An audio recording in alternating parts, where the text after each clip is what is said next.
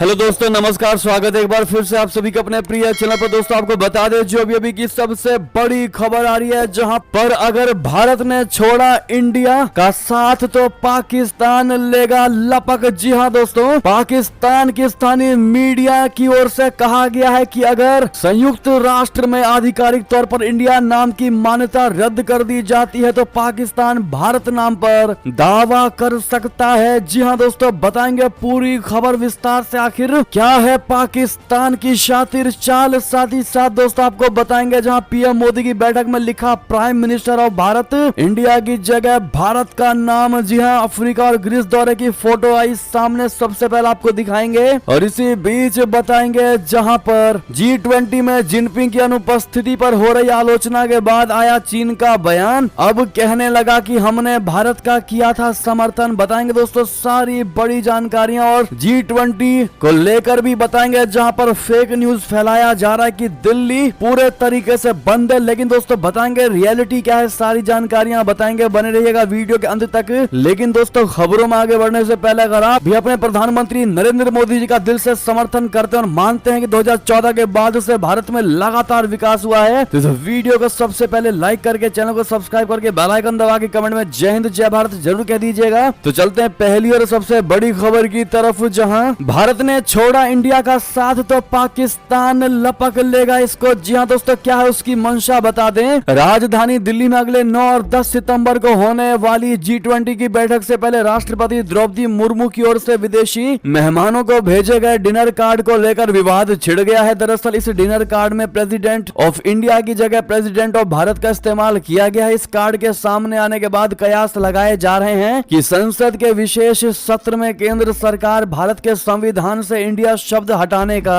Bill ला सकती है। अगर भारत के संविधान से इंडिया शब्द हटाया गया तो पाकिस्तान उसे हाथों हाथ लपक लेगा। यानी पाकिस्तान की ओर से इंडिया के नाम को लेकर पहले भी दावा पेश किया जाता रहा है और उसके लिए अब बड़ी अपॉर्चुनिटी साबित हो सकती है। पाकिस्तान के स्थानीय मीडिया की ओर से कहा गया है कि अगर संयुक्त राष्ट्र में आधिकारिक तौर पर इंडिया नाम की मान्यता रद्द कर दी जाती है, पाकिस्तान भारत नाम पर दावा कर सकता है। बता दें कि पाकिस्तान लंबे समय से तर्क देता रहा है कि इंडिया सिंधु क्षेत्र को संदर्भित करता है। पाकिस्तान की नजर अब भारत में चल रही चर्चा पर है। जी हां दोस्तों, इंडिया का नाम बदलेगा या नहीं अभी किसी को भी नहीं पता। हालांकि इस मुद्दे के सामने आने के बाद विपक्ष ने प्रेसिडेंट ऑफ भारत लिखे जाने को लेकर आपत्ति जताई है। विपक्ष की ओर से दावा किया गया है कि मोदी सरकार विपक्षी गठबंधन इंडिया से डर गई है और इस कारण देश का नाम बदलने की बात कह रही है। कांग्रेस महासचिव जयराम रमेश ने सोशल नेटवर्किंग साइट एक्स पर जारी एक पोस्ट में कहा कि ये खबर पूरे तरीके से सच है। राष्ट्रपति भवन की ओर से G20 शिखर सम्मेलन में 9 सितंबर के डिनर के लिए प्रेसिडेंट ऑफ इंडिया के जगह प्रेसिडेंट ऑफ भारत के नाम पर कार्ड भेजा गया है। दोस्तों आपको बता दें कि जिन्ना नहीं चाहता था इंडिया हो भारत का नाम, मुस्लिम लीग ने भी जताई थी आपत्ति। क्या थी वजह, तो आपको बता दें कि ऐसे वक्त में जब इंडिया नाम पर विवाद छिड़ा हुआ है, ये याद करना दिलचस्प हो सकता है कि आजादी के शुरुआती वक्त में मोहम्मद अली जिन्ना और मुस्लिम लीग ने भी कांग्रेस द्वारा हिंदुस्तान का नाम इंडिया करने पर आपत्ति जताई थी। आजादी के मुश्किल एक महीने बाद सितंबर 1947 में भारत के नाम पहले वायसराय लुइस माउंटबेटन ने मोहम्मद अली जिन्ना को dominions of India and Pakistan की एक कला प्रदर्शनी के मानद अध्यक्ष बनने के लिए आमंत्रित किया था। चूंकि निमंत्रण पत्र में नए देश को संदर्भित करने के लिए हिंदुस्तान के बजाय इंडिया का उपयोग किया गया था, ऐसे में जिन्ना ने इस नाम को लेकर आपत्ति जताई थी। जिन्ना ने तो पत्र लिखकर माउंटबेटन को इसे लेकर उलाहना भी दिया था। जिन्ना ने लिखा कि यह बेहद अफसोस की बात है कि कुछ रहस्यमय कारणों से हिंदुस्तान ने इंडिया शब्द को अपनाया है, जो निश्चित रूप से भ्रामक है और भ्रम पैदा करने का इरादा रखता है। दरअसल जिन्ना चाहते थे कि विवरण में dominions of Hindustan and Pakistan लिखा जाए, लेकिन यह माउंटबेटन को अस्वीकार्य था। आखिरकार जिन्ना को यह निमंत्रण वैसे ही स्वीकार करना पड़ा। उस दौर में नाम को लेकर विवाद की यह कोई इकलौती घटना नहीं थी। मुस्लिम लीग ने भी विभाजन से पहले यूनियन ऑफ इंडिया नाम पर आपत्ति जताई थी। हालांकि मुस्लिम लीग के इस विरोध के पीछे के बारे में बहुत अधिक लिखा और कहा नहीं गया है। जी हाँ, बहरहाल दोस्तों आपसे हम ये सवाल पूछते हैं, क्या इंडिया नाम को बदल देना चाहिए, क्या भारत रखना चाहिए? आप लोगों की इस पर क्या निजी राय है दोस्तों? एक भारतीय होने के नाते आप लोग भारी मात्रा में कमेंट करिएगा, या फिर जैसा चल रहा है वैसा ही चलने देना चाहिए? दोस्तों लिखना बिल्कुल मत भूलिएगा, आप सभी से रिक्वेस्ट है। और आज जितना ज्यादा हो सके इस वीडियो को शेयर कर दीजिएगा व्हाट्सएप, फेसबुक, ट्विटर पर अपने दोस्तों भाइयों में, ताकि हर कोई भारत के अहम फैसलों पर अपनी राय दे सके। चलते हैं अगली खबर की तरफ, जहां जहां G20 में जिनपिंग की अनुपस्थिति पर हो रही आलोचना के बाद आया अब चाइना का बयान। कहा हमने भारत का किया था समर्थन। बता दें चीन ने G20 सम्मेलन को लेकर कहा था कि शी जिनपिंग ने इस समिट में शामिल नहीं होंगे। भारत की राजधानी में आयोजित होने वाले इस शिखर सम्मेलन में उनकी जगह प्रधानमंत्री ली क्विंग हिस्सा लेंगे। चीनी राष्ट्रपति के सम्मेलन में हिस्सा न लेने पर हो रही भारी आलोचना पर अब बीजिंग से बहुत बड़ा बयान आया है। चीनी विदेश मंत्रालय के प्रवक्ता ने कहा है कि चीन हमेशा G20 समूह को अहमियत देता है, वो प्रासंगिक गतिविधियों में सक्रिय रूप से हिस्सा भी लेता है। चीन ने मंगलवार को कहा कि उसने इस साल के G20 शिखर सम्मेलन की मेजबानी में भारत का समर्थन किया है और वो इस सप्ताह नई दिल्ली में होने वाले हाई प्रोफाइल वैश्विक सम्मेलन की सफलता के लिए सभी पक्षों के साथ काम करने को तैयार हैं। चीनी विदेश मंत्रालय ने 9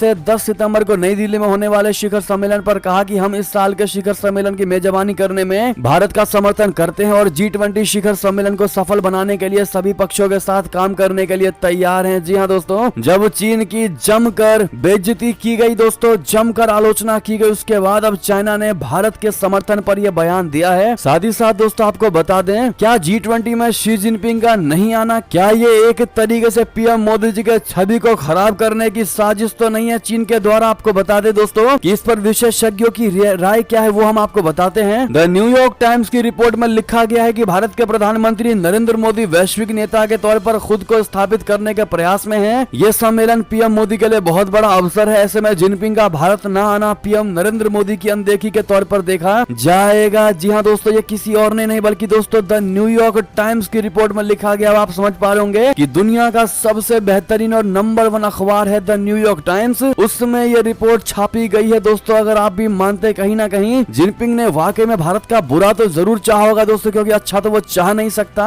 अगर अच्छा चाहता तो आज चाइना के साथ हमारे रिश्ते खटास में नहीं होते। बहरहाल आप भारतीयों की क्या राय है दोस्तों, कमेंट में लिखकर अवश्य बताइएगा। इस मुद्दे पर चलते हैं अगली खबर की तरफ, जहां पाकिस्तान से बड़ी खबर, ईसाइयों पर मस्जिद से हमले का जारी हुआ फरमान। चर्च में अल्लाह का नाम लिखकर कहा हम आ रहे हैं। जी हां, पाकिस्तान में पिछले कुछ दिनों में ईसाई समुदाय पर लगातार हमले हो रहे हैं। इसी बीच मंगलवार सुबह लाहौर की एक मस्जिद से ईसाइयों पर हमले का निर्देश जारी किया गया है। लाहौर के शेखुपुरा इलाके में एक ईसाई युवक और कुछ स्थानीय लोगों के बीच विवाद हो गया और इसके तुरंत बाद मुसलमानों को एक स्थानीय मस्जिद में इकट्ठा होने के लिए बुलाया गया। इसके बाद ईसाई समुदाय के सदस्यों ने क्षेत्र से पलायन करना शुरू कर दिया और एक वीडियो जारी कर मदद की अपील की है। इसी बीच सोशल मीडिया पर एक वीडियो खूब वायरल हो रहा है जिसमें एक ईसाई समुदाय का शख्स आज सुबह अपनी आप बीती बता रहा है और प्रशासन से मदद मांग रहा है। जी हाँ दोस्तों, अब ऐसे में ईसाइयों की जान वास्तव में पाकिस्तान में खतरे में नजर आ रही है। सिर्फ ईसाइयों का ही नहीं दोस्तों, अब आपको पता ही होगा कि अल्पसंख्यकों की क्या हालात है पाकिस्तान में। वो लोग एक एक दिन भगवान से शुक्र मना रहे हैं कि हम कल की सुबह देख सकें। चलते अगली खबर की तरफ, जहां पुतिन और किम जोंग उन की रशिया में हो सकती है मुलाकात। किस खतरनाक डील से घबराया अमेरिका, बता दे उत्तर कोरिया के तानाशाह किम जोंग उन रूसी राष्ट्रपति व्लादिमीर पुतिन से मिलने के लिए रूस जाने वाले हैं। अमेरिकी अधिकारियों के मुताबिक इस यात्रा के दौरान किम जोंग उन पुतिन से यूक्रेन जंग में हथियारों की आपूर्ति और सैन्य सहयोग पर बात करेंगे। एक अमेरिकी अधिकारी ने ब्रिटिश वेबसाइट द गार्जियन को नाम न छापने की शर्त पर कहा है कि अपेक्षित बैठक का विवरण अभी भी स्पष्ट नहीं है, लेकिन उत्तर कोरिया से इसकी निकटता को देखते हुए ये रूसी बंदरगाह शहर व्लादिवोस्तोक में होने की संभावना है। ये नियोजित यात्रा उन अटकलों के बीच हुई है जब रूस ने प्रस्ताव दिया है कि उत्तर कोरिया चीन के साथ संयुक्त नौसैनिक अभ्यास में भाग लेगा। आपको बता दें कि व्लादिवोस्तोक शहर दक्षिण कोरिया की राजधानी प्योंगयांग से लगभग 700 किलोमीटर दूर है। रूस जाने के लिए किम जोंग उन राजधानी प्योंगयांग से व्लादिवोस्तोक के लिए बख्तरबंद ट्रेन से यात्रा करेंगे। और वैसे में दोस्तों इस खतरनाक डील से अमेरिका जो घबराया है वो देखने वाला है। अगली खबर की बात करते हैं, जहां दलाई लामा से मिला स्वीडिश संसदीय प्रतिनिधि मंडल। तिब्बतियों के हक में उठाई आवाज, बता दे तिब्बती लोकतंत्र दिवस की 63वीं वर्षगांठ के समारोह में स्वीडन प्रतिनिधि मंडल के एक समूह ने सक्रिय भाग लिया और तिब्बतियों के हक में आवाज उठाई। ताइवान में 11 सदस्यीय प्रतिनिधि मंडल का नेतृत्व मार्गरेटा एलिजाबेथ सीडरफेल्ड ने किया। स्वीडिश संसदीय प्रतिनिधि मंडल ने 2 सितंबर को मनाए जाते इस वर्षगांठ समारोह के दौरान तिब्बतियों के साथ एकजुटता व्यक्त की। तिब्बती लोकतंत्र दिवस समारोह के दौरान सीडरफेल्ड ने तिब्बती आध्यात्मिक नेता दलाई लामा से मुलाकात की और शांति की वकालत करने वाले उनके संदेश के महत्व पर चर्चा की। तिब्बतियों की वकालत करते हुए मार्गरेटा एलिजाबेथ सीडरफेल्ड ने कहा कि वे उन उपकरणों के साथ काम कर रहे हैं जो संसद में बहस जैसे उपलब्ध हैं। 2 सितंबर को निर्वासन में तिब्बती लोकतांत्रिक प्रणाली की शुरुआत का प्रतीक है। दोस्तों अगली खबर की बात करते हैं, जहां इसरो ने जारी की विक्रम लैंडर की रंगीन फोटो, चांद की सैर का कराएगी एहसास। जी हां, भारतीय अंतरिक्ष अनुसंधान संगठन इसरो ने मंगलवार शाम को तीसरे चंद्र मिशन यानी चंद्रयान 3 में प्रज्ञान रोवर द्वारा चंद्रमा की सतह पर ले जाए गए विक्रम लैंडर की 3D तस्वीरें जारी की है। ये तस्वीरें 30 अगस्त को ली गई थी। एक अपडेट में इसरो ने पोस्ट किया है कि चंद्रयान 3 मिशन एनाग्लिफ स्टीरियो या मल्टी व्यू तस्वीरें 3 आयामों यानी डायमेंशन में यानी 3D में वस्तु या इलाके का एक सरल दृश्य है। इसमें कहा गया है कि यहाँ प्रस्तुत एनाग्लिफ नवकैम स्टीरियो इमेज का उपयोग करके बनाया गया है, जिसमें प्रज्ञान रोवर पर ली गई बाईं और दाईं दोनों छवि शामिल है। जी हाँ दोस्तों, आप ये पिक्चर्स देख पा रहे होंगे विक्रम लैंडर की। अगली खबर की बात करें, जहां मणिपुर पर यूनाइटेड नेशन विशेषज्ञों की टिप्पणियों पर भड़का अपना भारत, बताया अनुचित और भ्रामक। बता दे, भारत ने मणिपुर पर संयुक्त राष्ट्र विशेषज्ञों की टिप्पणियों को अनुचित, अनुमान पर आधारित एवं भ्रामक बताते हुए खारिज कर दिया और कहा है कि पूर्वोत्तर राज्य में हालात एकदम पीसफुल है, शांतिपूर्ण है। मानवाधिकार उच्चायुक्त कार्यालय की विशेष प्रक्रिया शाखा को सोमवार को जारी किए गए नोट में भारतीय दूतावास ने कहा कि मणिपुर में स्थिति शांतिपूर्ण एवं स्थिर है, कंट्रोल्ड है और भारत सरकार शांति एवं स्थिरता बनाए रखने के लिए आवश्यक कदम उठाने को लेकर प्रतिबद्ध है। उसने कहा कि सरकार मणिपुर के लोगों समेत भारत के लोगों के मानवाधिकारों की रक्षा करने के लिए भी पूरे तरीके से प्रतिबद्ध है। जी हाँ दोस्तों, आपको बता दें कि संयुक्त राष्ट्र कार्यालय और जिनेवा में अन्य अंतर्राष्ट्रीय संगठनों में भारत के स्थायी मिशन ने कहा कि भारत का स्थायी मिशन समाचार विज्ञप्ति को पूरे तरीके से खारिज करता है, क्योंकि ये न केवल अनुचित, अनुमान पर आधारित और भ्रामक है, बल्कि ये मणिपुर में स्थिति और उससे निपटने के लिए भारत सरकार द्वारा उठाए गए कदमों पर समझ के अभाव को भी दर्शाता है। दोस्तों अगली खबर की बात करते हैं, जहां क्लस्टर बम ने यूक्रेन में मचाई भारी तबाही, मरने वालों की संख्या ने सीरिया का भी तोड़ डाला रिकॉर्ड। जी हाँ दोस्तों, यूक्रेन में साल 2022 में क्लस्टर बम से किए गए हमलों में 300 से ज्यादा लोग मारे गए और 600 से अधिक लोग घायल हुए। एक अंतर्राष्ट्रीय निगरानी संस्था के मुताबिक यूक्रेन बीते एक दशक में इन विवादित हथियारों से किए गए हमलों में सबसे ज्यादा जनहानि के मामले में सीरिया से आगे निकल गया है। क्लस्टर हथियारों पर प्रतिबंध की वकालत करने वाले गैर सरकारी संगठनों के नेटवर्क क्लस्टर म्यूनिशन को अलीशन ने मंगलवार को जारी एक रिपोर्ट में यह जानकारी दी। उसने कहा कि यूक्रेन के खिलाफ युद्ध में रशिया द्वारा बड़े पैमाने पर और यूक्रेन की ओर से सीमित स्तर पर क्लस्टर बम के इस्तेमाल से 2022 वैश्विक स्तर पर इन हथियारों से जनहानि के मामले में अब तक का सबसे बड़ा घातक साल रहा। साथ ही साथ दोस्तों एक और खबर बता दे, जहां भारत नेपाल की दोस्ती को मजबूत करेगा अमेरिका का ये कदम, चीन को लगेगा करारा झटका। बता दें, नेपाल भारत से जुड़ी एक ट्रांसमिशन लाइन के निर्माण में तेजी लाने वाला है। नेपाल के अधिकारियों का कहना है कि अमेरिकी सहायता एजेंसी मिलेनियम चैलेंज कारपोरेशन यानी MCC की फंडिंग के तहत नेपाल और भारत के बीच प्रस्तावित सीमा पार ट्रांसमिशन लाइन के निर्माण को प्राथमिकता दी जाएगी। अमेरिकी सरकार का $500 मिलियन का सहायता कार्यक्रम MCC कॉम्पैक्ट कार्यान्वयन के चरण में पहुंच चुका है। नेपाल के बुटवल से गोरखपुर तक 140 किलोमीटर लंबी ट्रांसमिशन लाइन बनानी है। इसमें से 20 किलोमीटर लंबी लाइन का निर्माण नेपाल में होना है। जी हां, नेपाल इलेक्ट्रिसिटी अथॉरिटी यानी NEA और power grid corporation of India की ओर से गठित एक जॉइंट वेंचर कंपनी ने भारत में 120 किलोमीटर के हिस्से का निर्माण पहले ही शुरू कर दिया है। नेपाली PM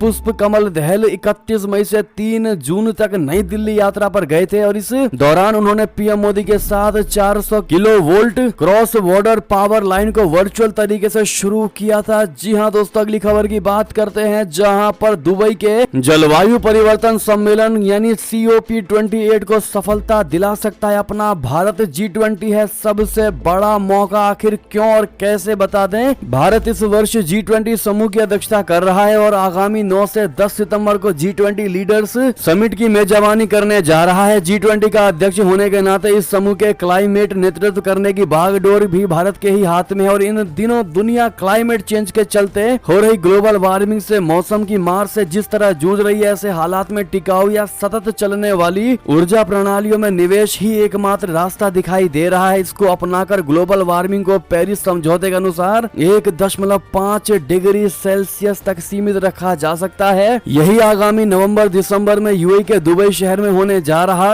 COP28 की सफलता की कुंजी भी है, वरना ग्लोबल वार्मिंग की मार से कभी जानलेवा गर्मी तो कभी भारी बारिश और भूस्खलन तो कभी इतिहास के 100 सालों का सबसे सूखा अगस्त जैसी घटनाएं आम होती जा रही है। जी हाँ, दरअसल रिन्यूएबल ऊर्जा को बढ़ाने की भारत की स्वयं अपनी योजना COP28 के साल 2030 तक रिन्यूएबल ऊर्जा को 3 गुना करने के लक्ष्य के साथ पूरी तरह से मेल खाता है। ऐसे में भारत ये भी सुनिश्चित कर सकता है कि विकसित और विकासशील देश भी उसका अनुसरण करते हुए अपनी टिकाऊ और साफ ऊर्जा प्रणालियों में निवेश करके उन्हें 3 गुना ज्यादा बढ़ाए। जी हाँ दोस्तों, अगली खबर की बात करते हैं, जहां पर G20 के लिए भारत आने से पहले जो बाइडेन की पत्नी जिल बाइडेन हुई कोरोना से संक्रमित। राष्ट्रपति के स्वास्थ्य पर आया ये अपडेट। जी हाँ, G20 शिखर सम्मेलन में भाग लेने के लिए अमेरिका के राष्ट्रपति बाइडेन तैयारी कर चुके हैं और वो जल्द ही भारत आने वाले हैं। इस बीच अमेरिकी प्रथम महिला जिल बाइडेन कोविड-19 पॉजिटिव पाए गए हैं। जिल बाइडेन फिलहाल हल्के लक्षणों का अनुभव कर रही हैं। ये जानकारी व्हाइट हाउस ने दी है। बताया जा रहा है कि ये डेलावेयर के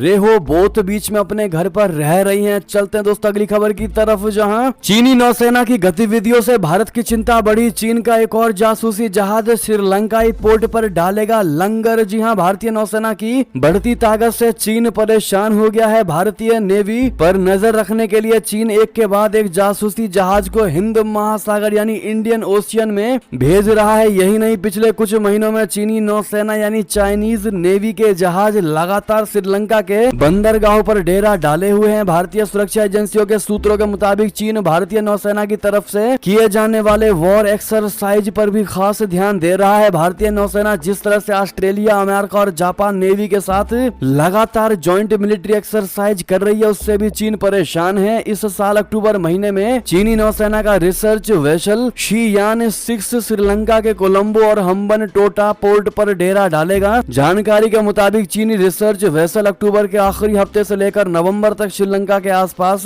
समुद्री इलाके में चक्कर लगाएगा। ठीक इसी तरह से पिछले महीने भारत की तमाम आपत्तियों के बावजूद श्रीलंका ने चीनी नौसेना के युद्धपोत हुईयांग 24 हाउ को कोलंबो पोर्ट पर लैंडिंग की इजाजत दे दी थी। हुईयांग 24 हाउ श्रीलंका में 138 क्रू मेंबर के साथ कोलंबो पहुंचा था। जी हाँ, चीन जो है वो भारत की तरफ से किए जा रहे लंबी दूरी तक मार करने वाली सभी मिसाइलों पर भी लगातार नजर गड़ाए बैठा है। बहरहाल दोस्तों, अगर आप भी मानते चाइना कितनी भी चालाकियां कर ले और श्रीलंका कितना भी उसका साथ दे ले, भारत का चीन बाल भी बांका नहीं कर सकता, तो कमेंट में मेरा भारत महान दोस्तों जरूर कहिएगा। चलते हैं अगली खबर की तरफ, जहां देश का नाम बदलने के कयास पर बोले अनुराग ठाकुर। कहा, कांग्रेस को भारत पर आखिर क्या आपत्ति है। जी हाँ, G20 शिखर सम्मेलन से ठीक पहले केंद्रीय सूचना और प्रसारण मंत्री अनुराग ठाकुर ने जी न्यूज से बातचीत में कई मुद्दों पर बात की। इसमें उन्होंने शिखर सम्मेलन, भारत मंडपम, नई दिल्ली, देश के नाम बदलने की सुगबुगाहट, विपक्षी गठबंधन, वन नेशन वन इलेक्शन और अयोध्या राम मंदिर समेत तमाम मुद्दों पर खुलकर बात की। उन्होंने कहा कि G20 शिखर सम्मेलन भारत के लिए ऐतिहासिक अवसर है, हिस्टोरिक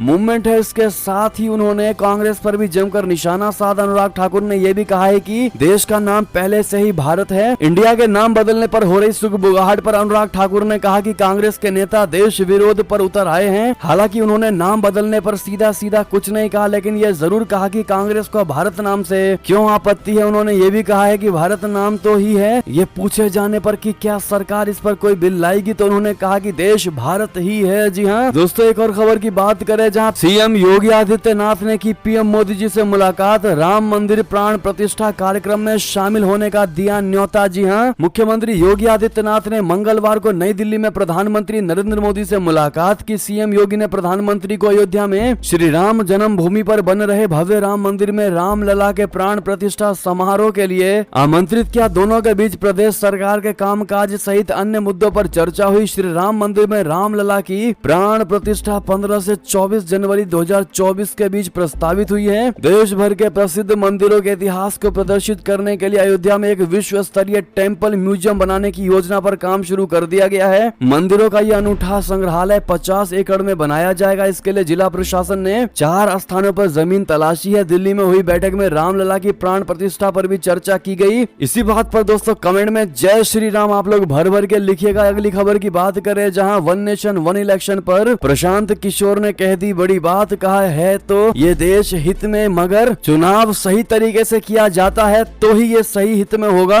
उन्होंने कहा अगर ये सही नियत से किया जाता है तो 4 से 5 साल का परिवर्तन चरण होता है तो ये देश के हित में है। जी हाँ, साथ ही साथ दोस्तों आपको बता दें, यूनिवर्सिटी में गिरे नीतीश कुमार, अचानक पैर फिसला, लड़खड़ा गए, फिर सुरक्षा कर्मियों ने संभाला। जी हाँ, बिहार के मुख्यमंत्री नीतीश कुमार पटना यूनिवर्सिटी के एक कार्यक्रम में उस दौरान गिर गए जब उनका पैर अचानक फिसल गया। इसके बाद वहां मौजूद सुरक्षा गार्ड से उनको उठाया। ये हादसा तब हुआ जब वे शिक्षक दिवस कार्यक्रम में सीनेट हॉल के उद्घाटन करने पहुंचे थे। मौका रहते उनके सुरक्षा कर्मियों ने उन्हें संभाल लिया। इस कार्यक्रम में बिहार के राज्यपाल राजेंद्र विश्वनाथ आर्लेकर भी पहुंचे थे। घटना का एक वीडियो सोशल मीडिया पर जमकर वायरल हो रहा है। दरअसल ये पूरी घटना बिहार की राजधानी पटना स्थित पटना विश्वविद्यालय की है। मुख्यमंत्री नीतीश कुमार मंगलवार को शिक्षक सम्मान समारोह से सीनेट हॉल के उद्घाटन कार्यक्रम में शामिल होने पहुंचे थे। नीतीश कुमार जब स्टेज पर पहुंचे तो सीनेट हॉल का उद्घाटन के दौरान जैसे उन्होंने शिला पट्ट से पर्दा उठाया, उनका पैर पट्ट से फिसल गया और वे स्टेज से गिर पड़े। जी हां, सुरक्षा कर्मियों ने नीतीश कुमार को संभाला और वे वापस उठ खड़े हुए।